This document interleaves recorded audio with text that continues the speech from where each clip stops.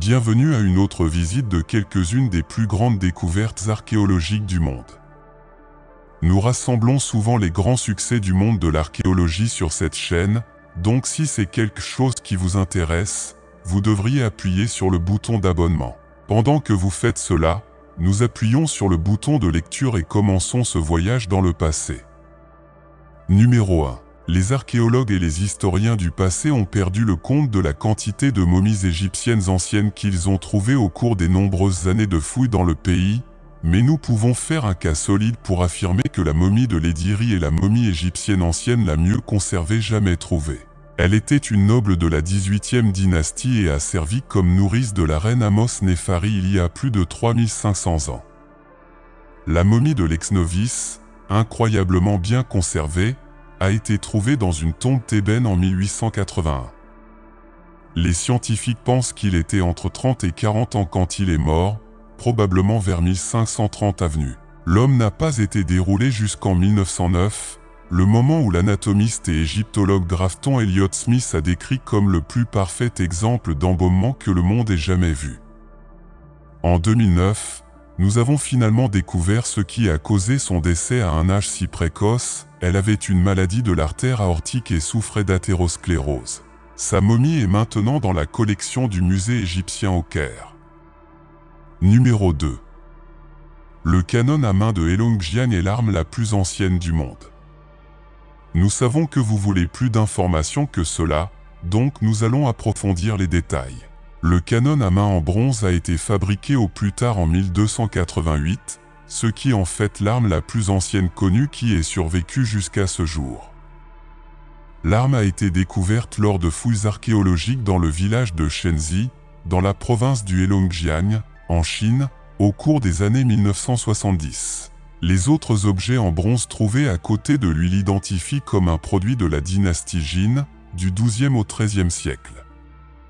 Nous savons que des batailles ont été menées dans cette région en 1287 et 1288, de sorte que ce canon à main a probablement été utilisé dans ces batailles.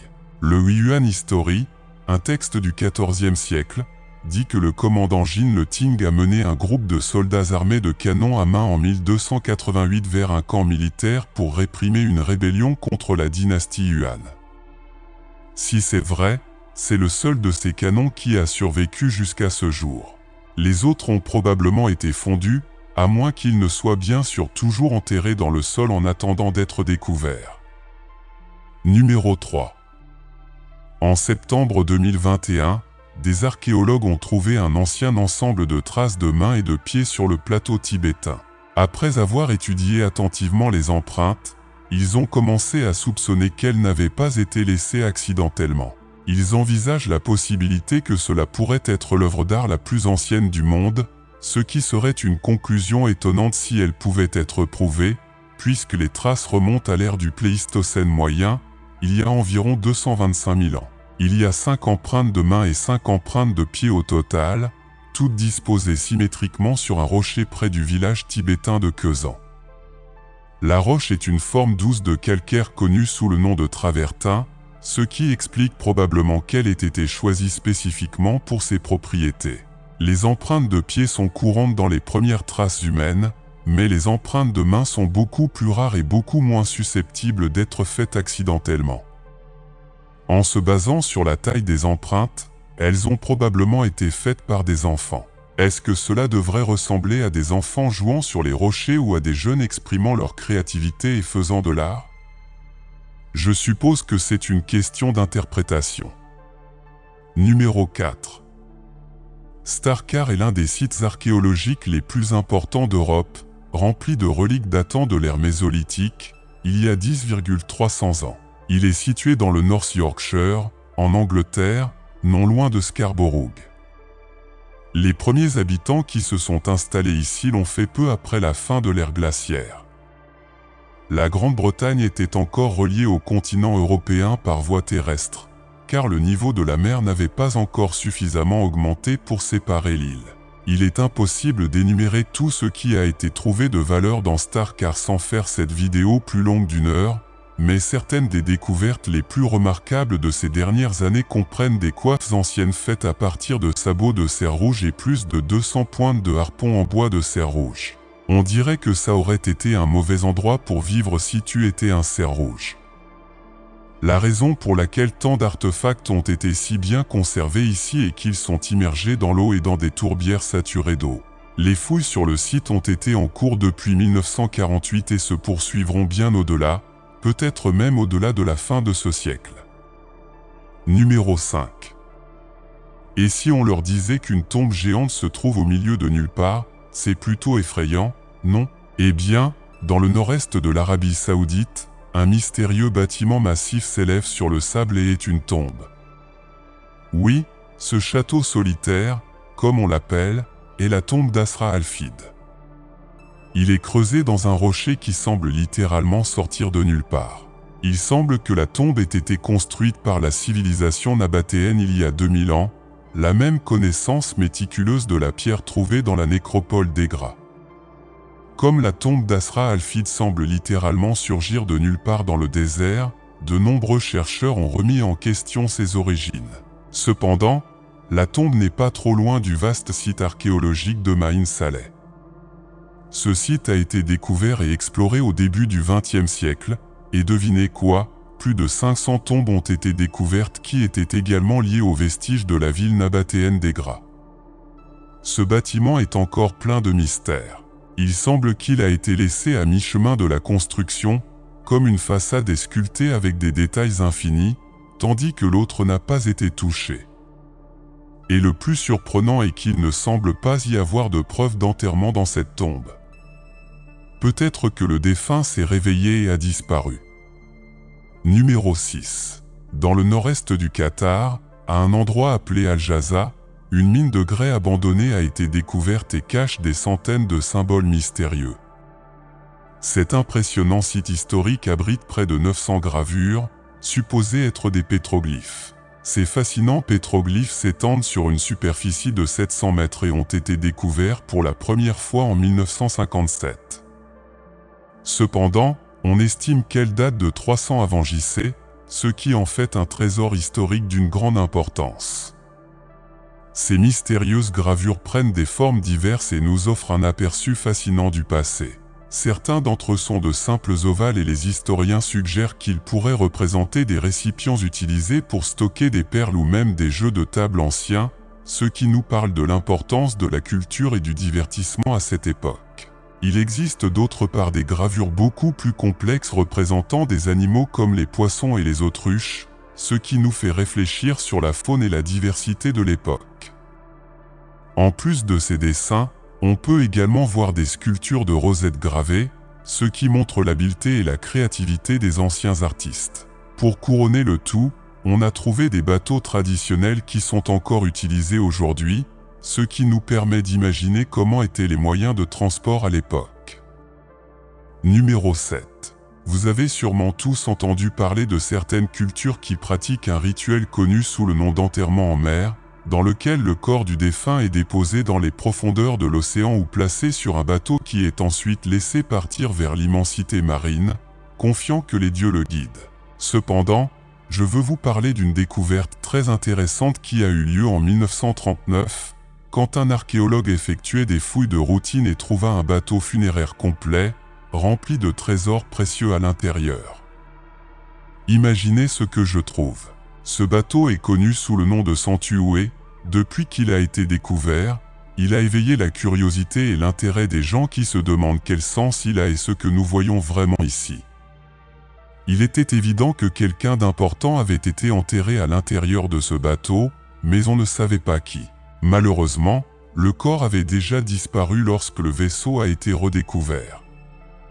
Cependant, à mesure que les preuves étaient examinées et que les résultats étaient examinés, des théories fascinantes sur l'identité de la personne qui aurait pu être apparue ont émergé.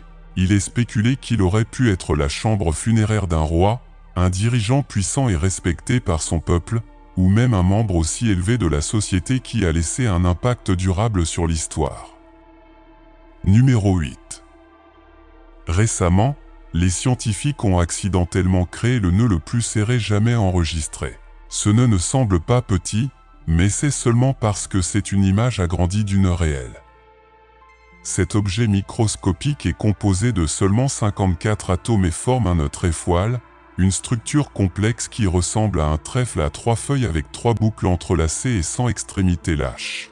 Ce nœud est non seulement minuscule, mais aussi incroyablement serré, établissant une nouvelle norme avec un rapport CR-squelette de 23, dépassant de peu le record précédent de 24. La découverte a eu lieu à l'Académie chinoise des sciences, lorsque les chercheurs travaillaient sur la connexion de structures de carbone avec des acétylés d'or. Une de leurs réactions chimiques a produit inopinément une chaîne d'or qui s'est nouée spontanément dans cette structure record. Comment cette découverte nous affecte-t-elle ? Il a des implications significatives pour notre compréhension des structures moléculaires et leurs applications dans la nature. Des nœuds similaires sont trouvés dans l'ADN, l'ARN et diverses protéines, qui jouent un rôle essentiel dans le maintien de la stabilité et de la fonction. En étudiant ces nœuds moléculaires, les scientifiques peuvent obtenir des informations sur le fonctionnement de ces systèmes naturels, ce qui pourrait conduire à des progrès dans la science des matériaux et le développement de nouveaux polymères et plastiques. Numéro 9. Cette découverte accidentelle est définitivement le rêve de tout paléontologue amateur. En 2005, alors qu'il explorait sa propriété près de la formation de Judith River dans le Montana, Shipt est tombé sur un gros os fossilisé qui faisait saillie au-dessus du sol. Bien qu'il soit novice en paléontologie, Shipt a reconnu l'importance de sa découverte et a contacté des experts pour une recherche plus approfondie. Le fossile s'est avéré être un os de jambe bien conservé d'une espèce inconnue de dinosaure à cornes. Des chercheurs du Musée canadien de la nature, dirigés par le paléontologue Jordan Manant, ont examiné le fossile et l'ont identifié comme appartenant à une nouvelle espèce appelée Spiclep-chiron, en l'honneur de Shipt. Des recherches ultérieures ont révélé que Spiclep-chiron était un dinosaure herbivore étroitement lié au Triceratops et qui vivait il y a environ 76 millions d'années. Mesurant environ 15 pieds de long et pesant jusqu'à 4 tonnes. Il est vraiment étonnant de penser qu'une espèce entière de dinosaures a été découverte grâce à une découverte fortuite. Numéro 10. Fin novembre 2020, une équipe d'hélicoptères du département de la sécurité publique de l'Utah a effectué une inspection de routine des moutons et des mouflons dans une partie éloignée du désert lorsqu'ils ont rencontré un monolithe métallique d'environ 10 à 12 pieds de haut. Étrangement, le monolithe était encastré dans la roche rouge et il n'y avait rien d'autre autour. En examinant de plus près, ils ont constaté qu'il était fait d'acier inoxydable ou d'aluminium. Mis à part le fait qu'il était extrêmement déplacé, il n'y avait rien de spécial sur le monolithe lui-même. Cependant, avec son apparition soudaine, il a immédiatement attiré l'attention des habitants. La découverte du monolithe a conduit à une vague de théories sur son origine.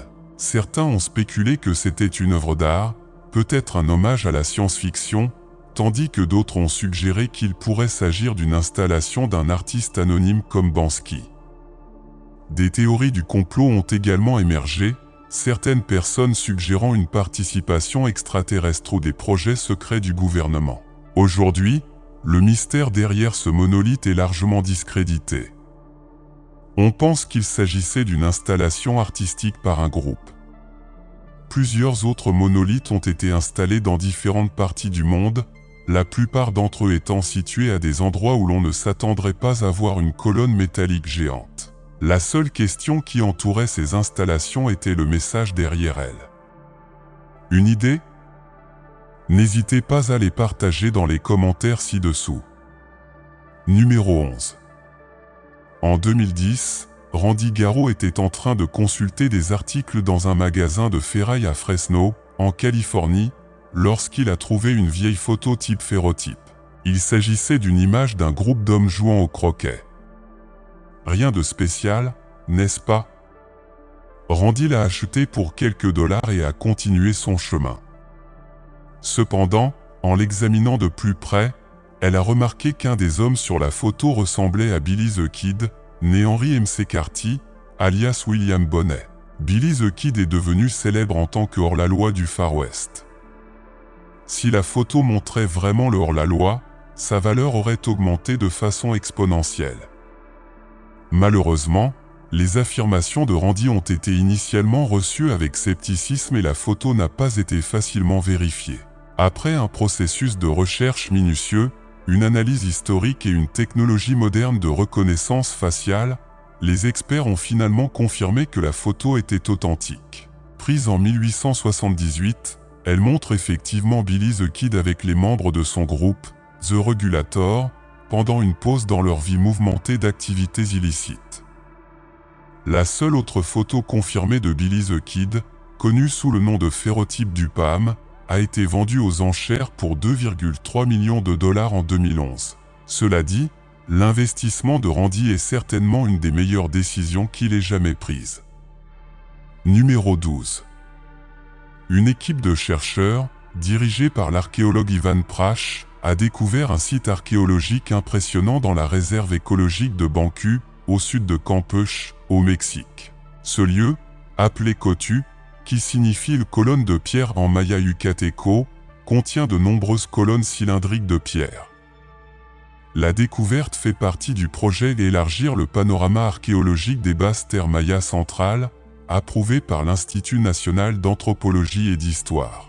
Le but du projet est d'explorer un vaste territoire de 3,000 km² de forêt peu connue pour l'archéologie. La recherche se concentre sur le nord-ouest de la municipalité de Calakmul, où des images aériennes ont suggéré la présence de vestiges archéologiques. En mars 2023, un balayage laser a été effectué et a révélé de nombreuses structures préhispaniques, confirmées ensuite sur le terrain. Une des surprises était le noyau monumental d'Autun, qui couvre plus de 50 hectares et compte de grands bâtiments, y compris des pyramides de plus de 15 mètres de haut. On pense qu'Autun était un important centre régional pendant la période classique. Les analyses céramiques indiquent que la plupart des objets trouvés datent du classique tardif. Le site est situé à proximité d'autres sites mayas importants et présente 3 places entourées de bâtiments, en plus d'un jeu de balles. Une chaussée reliant différentes zones du complexe a également été identifiée, mettant en évidence une acropole rectangulaire de 80 mètres de côté et 10 mètres de haut. Pendant le terminal classique, Autun a connu des changements importants, comme l'apparition de lieux d'adoration dans les cours qui pourraient refléter des transformations dans la société de l'époque.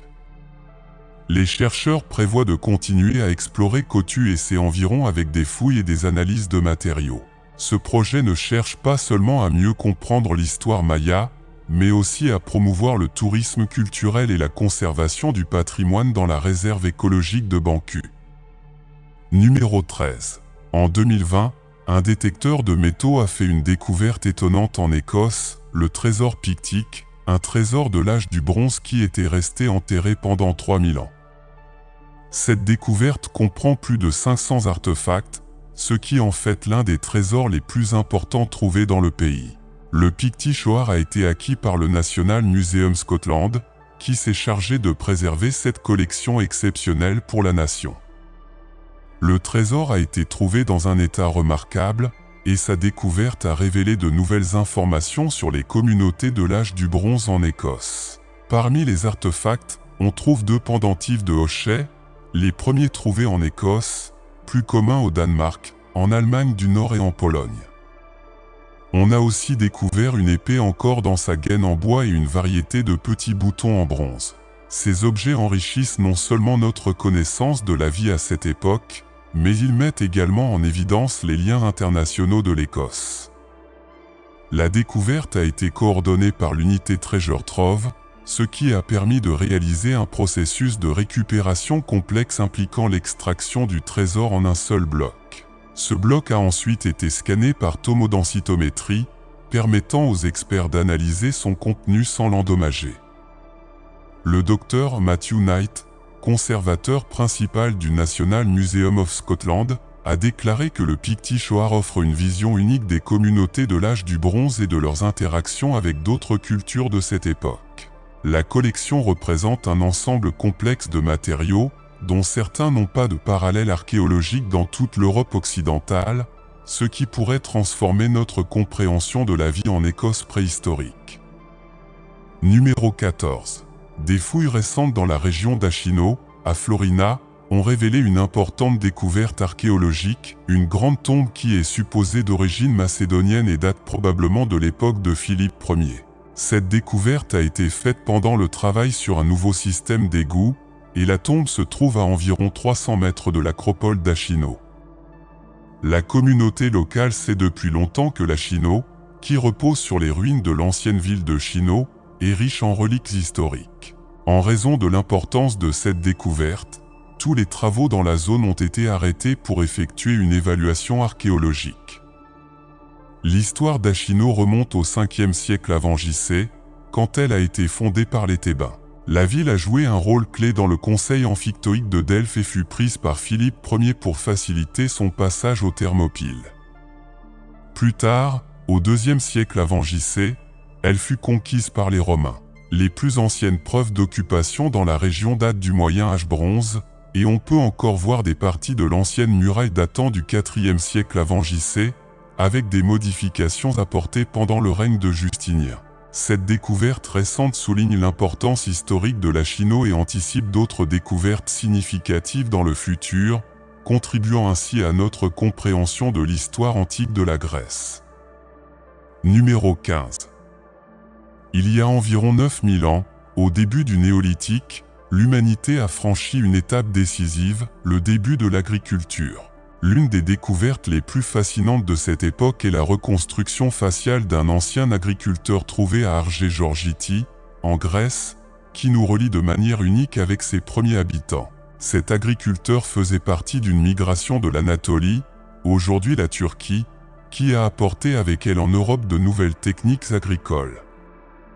Ces pionniers ont non seulement introduit la domestication des plantes et des animaux, mais ils ont aussi changé la façon dont les gens vivaient, en établissant des communautés plus permanentes. Cette migration a été la clé du développement des premières sociétés agricoles en Europe. Génétiquement, ces agriculteurs ont laissé une empreinte profonde sur les populations du sud de l'Europe, en particulier dans des régions comme la Grèce, l'Italie et les Balkans, où leur héritage est encore ressenti aujourd'hui. Grâce aux techniques médico-légales modernes, le visage de l'agriculteur de Georgiti a été recréé, nous donnant une vision réelle de la façon dont un des pionniers qui ont aidé à changer le cours de l'histoire avait l'air. Il rappelle comment ces premiers agriculteurs ont influencé la génétique et la culture de l'Europe, marquant le début d'une nouvelle ère pour l'humanité. Numéro 16. Un parapente qui survolait la grande pyramide de Gizeh a capturé une scène inattendue qui est rapidement devenue virale sur les réseaux sociaux, un chien au sommet de la majestueuse structure, qui s'élève à 138 mètres de hauteur. La vidéo a été enregistrée par Alex L, qui participait à l'événement de paramoteur Sky Eagle, et a ensuite été partagée sur Instagram par l'aventurier Marshall Motion, accumulant déjà plus de 49,000 vues. Dans la vidéo, vous pouvez voir le chien marcher tranquillement sur le sommet de la pyramide, apparemment insouciant par la hauteur vertigineuse. L'animal semble explorer l'espace autour de lui, et on le voit même aboyer et chasser les oiseaux depuis l'un des points les plus élevés d'Égypte. Cette observation inhabituelle a laissé les spectateurs stupéfaits, car il est un mystère comment le chien a réussi à atteindre le sommet de l'une des 7 merveilles du monde antique, une structure construite il y a plus de 4,500 ans. La grande pyramide de Gizeh, la plus haute des 118 pyramides d'Égypte, attire chaque année des millions de touristes. Cependant, l'accès au sommet est strictement interdit en raison de la fragilité de la structure et des risques encourus. Malgré cela, la vidéo du chien a capturé l'imagination des utilisateurs sur de multiples plateformes de médias sociaux, qui se demandent non seulement comment il est arrivé là, mais aussi comment il a réussi à rester si calme dans un endroit aussi élevé. La rencontre inhabituelle a généré une vague de commentaires et de théories, certains suggérant que le chien aurait pu être guidé par quelqu'un, tandis que d'autres le voient comme un exemple de la nature aventureuse et adaptable des animaux.